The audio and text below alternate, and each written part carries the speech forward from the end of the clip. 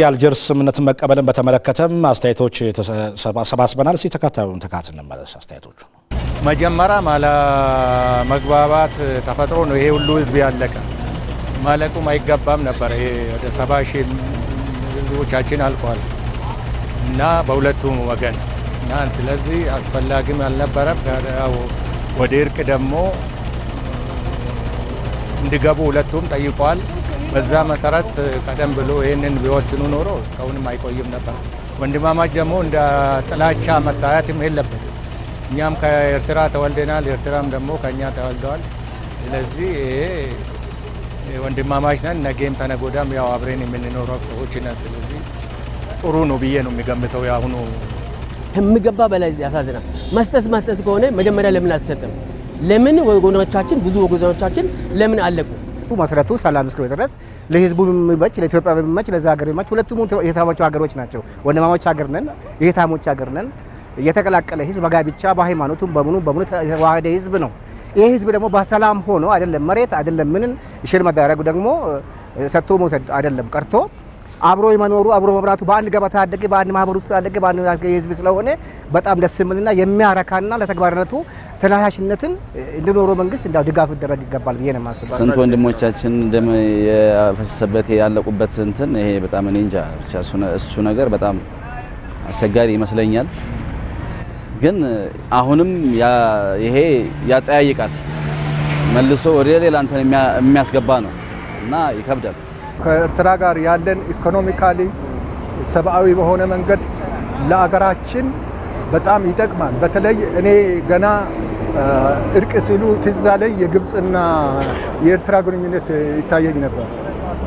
ግብጽ በውስጥ በድብቅ እዛ በኤርትራ ተቃዋሚ የሆኑትን ትረዳ እንደነበረ ይገምታለሁ። ያ ሁሉ አሁን ሰላም ከሆነ ሰላም አገኘን ማለት ነው። ስለዚህ ሰላም ጥሩ ነው። መንግስት በኤርትራ ጉዳይ ላይ የወሰነው ውሳኔ ለቀጠናው ሰላም ወሳኝ መሆኑን ጠቅላይ ሚኒስትር ዶክተር አብይ አህመድ ተናገሩ። ጠቅላይ ሚኒስትሩ በሀገር አቀፍ የጸረ ሙስና ጥምረት ጉባኤ ላይ ባደረጉት ንግግር የኢትዮጵያ ብቸኛው ጠላት ድህነት ሊሆን ይገባል ብለዋል። ኢዮመጎስ በኢትዮጵያና በኤርትራ መካከል ባለፉት 2 አስርት ዓመታት የነበረውን ሁኔታ ብዙዎች ጦርነትም ሰላምም የሌለበት ሲሉ ይተረጉሙታል። እኔ በዚህ ትርጓሜ አልስማማም። ኖ ዋር ኖ ፒስ የሚባል ነገር የለም። ያሁኑ ሁኔታ ሞት አልባ ጦርነት ብየዋለሁ። ሞት ሲቀር ለጦርነት የሚያስፈልገው ሁሉም ወጪ፣ ሁሉም ዝግጅት፣ ሁሉም ስልጠና፣ ሁሉም ውጥረት ላለፉት 20 ዓመታት በድንበር ላይ ነበረ። አንድ ወታደር 1 ሰዓትና 2 ሰዓት ተዋግቶ ለማሸነፍ ወይ ለመሸነፍ ከሚወስድበት ጊዜ በላይ ለጦርነት ዝግጅትና ካሁን እጠቃ ይሆን እያለ በስነ ልቦና መሰቃየቱ ከጦርነት እንደማያንስ በውል መገንዘብ ያስፈልጋል። ላለፉት 20 ዓመታት በሐሩር በበረሃ በምሽግ እየተሰቃየ ያለው ወታደር ወይ ተዋግቶ አለየለትም ወይ ሰላም ሆኖ እንደሌላው ወታደር በተረጋጋ መንፈስ መኖር አልቻለም። ኖ ዋር ኖ ፒስ ሳይሆን ሞት አልባ ጦርነት ያውም አልፎ ሞት የተቀላቀለበት ቆይታ ነበር። ይህንን ጉዳይ እንዲያቆምና ወደ ሰላም በተሟላ አቅም እንድንሻገር ማድረግ ከምንም በላይ ለኢትዮጵያ ብሎም ለአፍሪካ ቀንድ ያስፈልጋል። ታዲያ ይህ ብዙዎችን ዋጋ እያስከፈለ ያለ ሞት አልባ ጦርነት እንዲያከትም ኢትዮጵያ ለራሷና ለቀጠናው ሰላም ስትል የሚጠበቅባትን እርምጃ ወስዳለች ብለዋል ጠቅላይ ሚኒስትሩ። ባለፉት 2 ወራት በሀገራችን ውስጥ የነበረውን የሰላም ሁኔታ ለማረጋጋት ከፍተኛ ስራ ሰርተን የአስቸኳይ ጊዜ አዋጅ ማንሳታችን ይታወቃል። ይህ የሰላም ድባብ ለኢትዮጵያ ብቻ ሳይሆን ለአፍሪካ ቀንድም ያስፈልጋል። እኛ ኢትዮጵያውያን የኢጋድ የወቅቱ ሊቀመንበር ስለሆነ ሳይሆን በአፍሪካ ውስጥ ታላቅ ሕዝብ ታላቅ ሀገር ስለሆን ኃላፊነት በተሰማው መንገድ እና ኃላፊነት የሚወስድ መንግስት ሆነን በቀጠናችን ሰላም ማረጋገጥ በአስመራና በአዲስ አበባ መካከል አውቶቡስ ባቡር ኢኮኖሚ እንዲስፋፋና ወንድማማች ህዝቦች እንዲገናኙ ለማድረግ ቀዳሚውን እርምጃ መውሰድ ከኛ የሚጠበቅ መሆኑን እያንዳንዱ ኢትዮጵያዊ ሊገነዘበው ያስፈልጋል። የሁለቱ ሀገራት ሰላማዊ የሆነ ግንኙነት ኢትዮጵያ ትኩረቷን ወደ ሀገራዊ እድገት እንድታተኩር ያግዛታልን ብለዋል ጠቅላይ ሚኒስትር ዶክተር አብይ አህመድ። ያለፉት 20 ዓመታት በነበረው ሁኔታ ያተረፍነው ውጥረት ብቻ ነው። ከውጥረት ኢትዮጵያም ኤርትራም አይጠቀሙም። ሙሉ አቅማችን ሙሉ ጉልበታችን ወደ ሰላም ወደ ፍቅር ወደ እርቅ እንዲሸጋገርና የኢትዮጵያን ህዳሴ ለማረጋገጥ ሐሳባችንን ከሚከፋፍሉ ነገሮች ሁሉ ወጥተን ከትናንሽ ግጭቶች ወጥተን ከትናንሽ ጥላቻዎች ወጥተን ትልቁን ጠላት ደህንነትን በማጥፋት የኢትዮጵያን እድገት የኢትዮጵያን ሰላም የኢትዮጵያን ብልጽግና ለማረጋገጥ ሁላችንም በጋራ እንድንረባረብ አደራ ማለት ፈልጋለሁ። መንግስት በቅርቡ የወሰነው ውሳኔ በሀገራቱ መካከል ያለውን ውጥረት ለማርገብና ኢትዮጵያንም ለእድገቷ ብቻ ትኩረት እንድታደርግ ያግዛል ብለዋል ጠቅላይ ሚኒስትር ዶክተር አብይ አህመድ።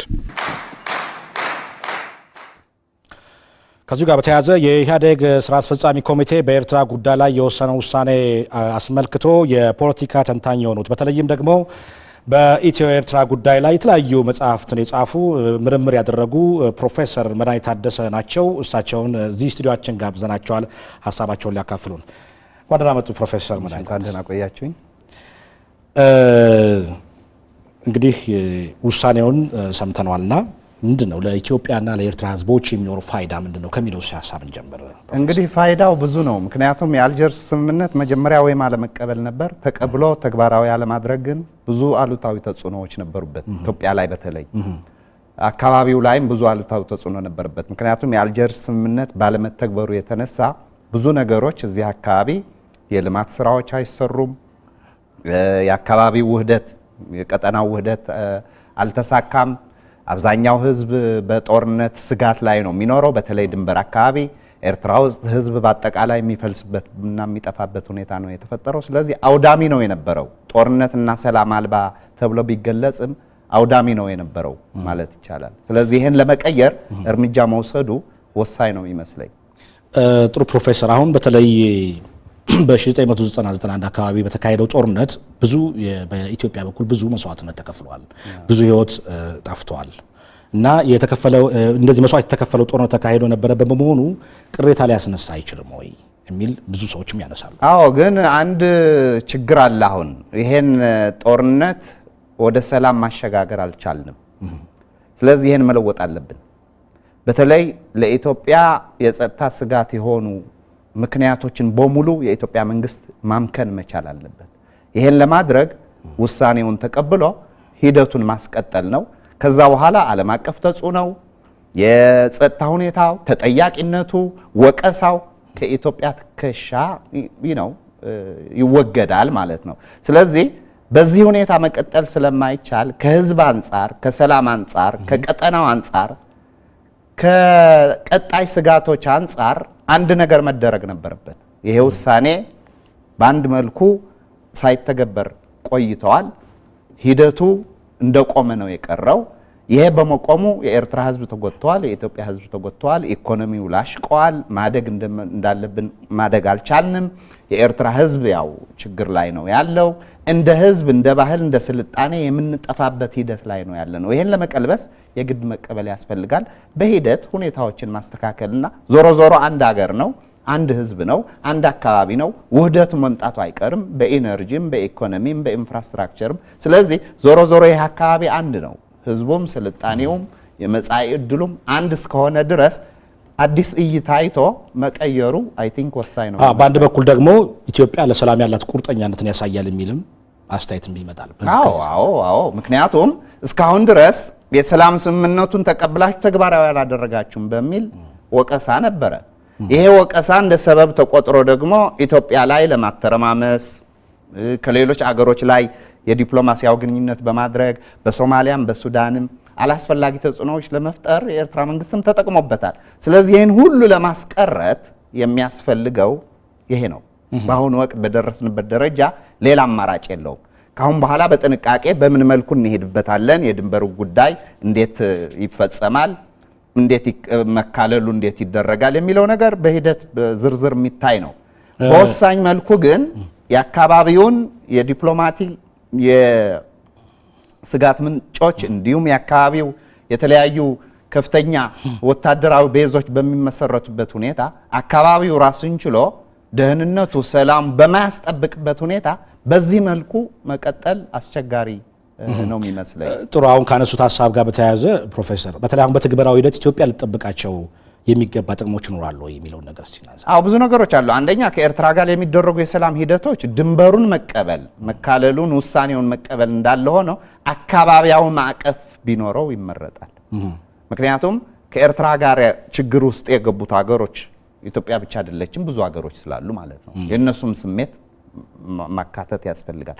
የበይነ መንግስታት የኢጋድ በይነ መንግስታት የጸጥታ ማዕቀፍ ፍኖተ ቀመር ውስጥም ለማስገባት መሞከር የሚያስፈልግ ይመስለኛል። ከዛ ውጪ ህጉ በሚጠይቀው መሰረት ማካለሉ ማድረግ ችግር አይኖርም። ብዙ አማራጮችም ሊኖሩ ይችላሉ። የህዝብ ለህዝብ የንግድ ግንኙነት አብሮ ታሳቢ እንዲሆን የንግድ ልውውጥ የህዝብ እንቅስቃሴ ስለዚህ ብዙ ነገሮች ሊመጡ ይችላሉ። ዋናው ነገር ግን ይሄ አንድ ቦታ ላይ መቆም ስለነበረበት ውሳኔው ወቅታዊ ነው ሊባል ይችላል። ፕሮፌሰር አንተ ጥያቄ ላንሳ። በተለይ ባለፉት ዓመታት የመንግስታቱ ለመንግስታት ያለው ግንኙነት በጣም ተስፋ አስቆራጭ ስለነበረ የህዝብ ለህዝብ ግንኙነት አንዳንድ ግንኙነቶች ተጀምረው ነበር። የህዝብ አስተያየት እዚህም የተለያዩ ውይይቶች ይካሄዱ ነበር። ምን ያህል አስተዋጽኦ ያበረክታሉ ብሎ ያስባሉ ወደፊት ላለው? እንግዲህ አሁን የመንግስታቱን ሁኔታ በተወሰነ ደረጃ ለማስተካከል የተወሰደ እርምጃ ስለሆነ የህዝብ ለህዝብ ግንኙነቱ ሊረዳው ይችላል ነው። የህዝብ ለህዝብ ግንኙነቱ ማስተካከሉና መገንባቱ ማጠናከሩ ወሳኝ የሚሆነው መንግስታት በሚታረቁበት ሁኔታ ዓለም አቀፍ ሁኔታው በሚቀየርበት ሁኔታው ዲፕሎማሲው በሚቀየርበት ሁኔታ አሁን እየተደረገ እንዳለው ማለት ነው።